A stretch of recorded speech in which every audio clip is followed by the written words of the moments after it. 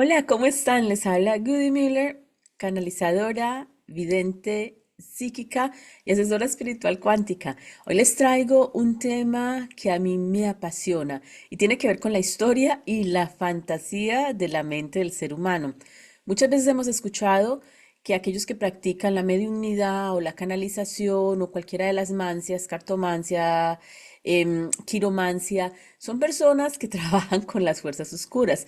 Realmente todo es fantasía del común de las personas que por no entender cómo suceden estos hechos, le dan una explicación tan antigua como la misma humanidad. Todo tiene que ver con el diablo.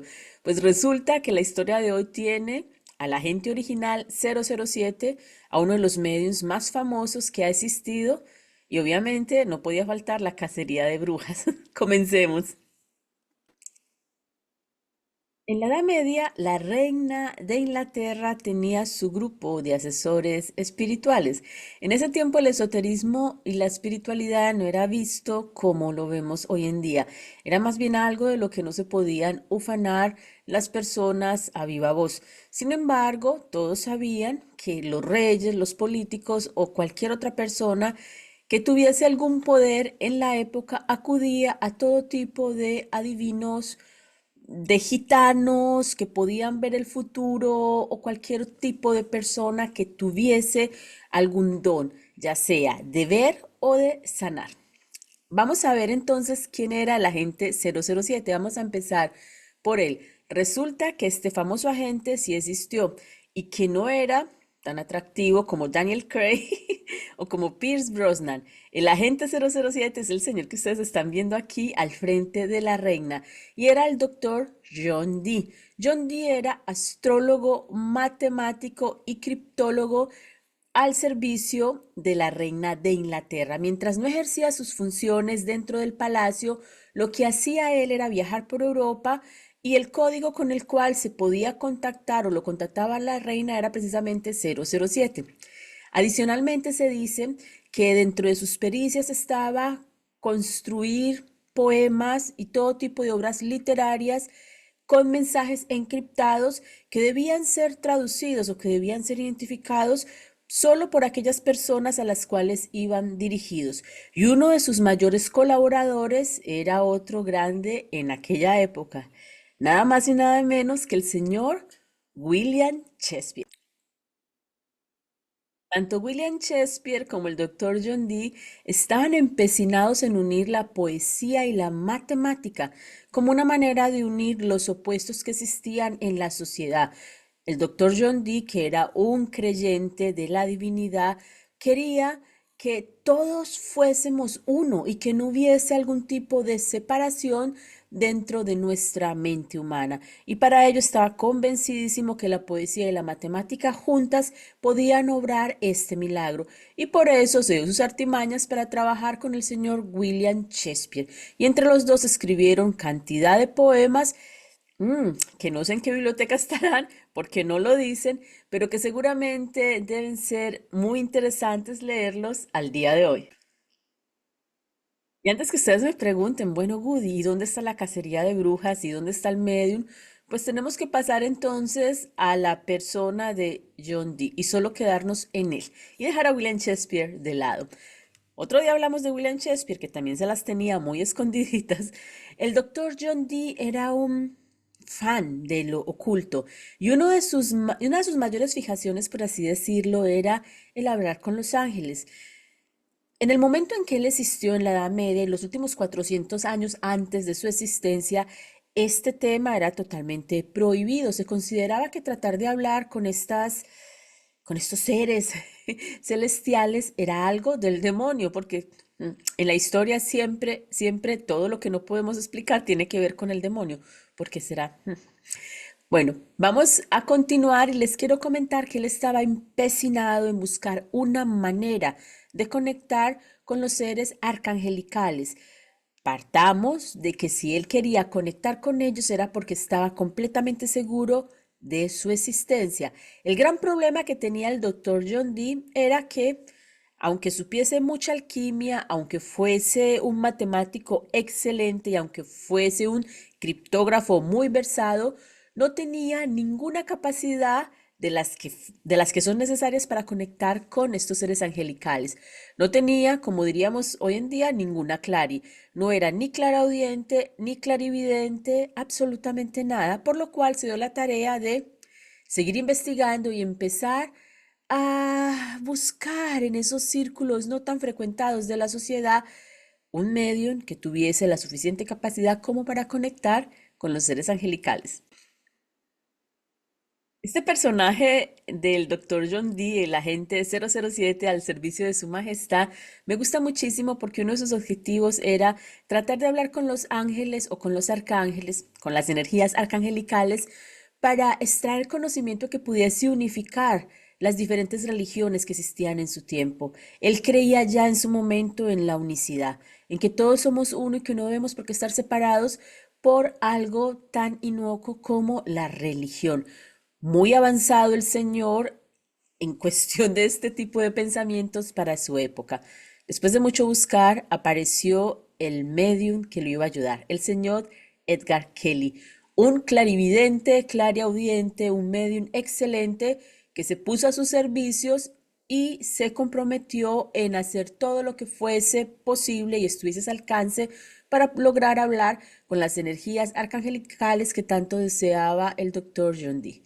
Pero la cuestión no era tan sencilla, porque no solamente se necesitaba la capacidad del medium, sino que se requería de algo adicional, de algo que pudiese potencializar esta capacidad. Y es aquí donde aparece el dichoso espejo de obsidiana. Algunos lo llaman la bola de cristal de obsidiana. Existen muchas imágenes, muchos dibujos de la época que tratan de presentarnos lo que era este espejo de obsidiana, esta bola de obsidiana, pero realmente no se sabe a ciencia cierta qué era. Lo que sí es cierto es que el doctor John Dee, al utilizar este instrumento de contacto junto con Edgar Kelly, quedó impresionado de la capacidad del medium. Tan impresionado quedó porque efectivamente éste podía hablar con ángeles y con arcángeles. Podía no solo verlos, sino hacerles preguntas y obviamente escucharlos. El doctor John Dee y el señor Edgar Kelly sostuvieron conversaciones durante 10 años con diferentes arcángeles. Él estaba seguro de hablar con 4 de los más grandes: Gabriel, Miguel, Rafael y Uriel. Y lo que lograron a través de este contacto con los arcángeles fue que estos seres tan preciados por todos les entregasen unos códigos encriptados. El fanatismo del señor John Dee no podía quedar de lado. Ustedes sabían, como les dije al principio, que era un matemático muy versado, así que en cuestión de códigos, él era el preciso para poder entender qué querían decir los ángeles a través de los diferentes números que entregaban. Pues resulta que los angelitos le dijeron al doctor John Dee y al medium Edgar Kelly que ellos iban a transmitirle un mensaje directamente entregado por la fuente. Y es ahí cuando reciben una descarga informática tremenda, una serie de códigos que constituyeron lo que más adelante conocemos como las tablas de Enoch. ¿Las han escuchado hablar? Tal vez no las han escuchado hablar, pero han escuchado hablar de ellas.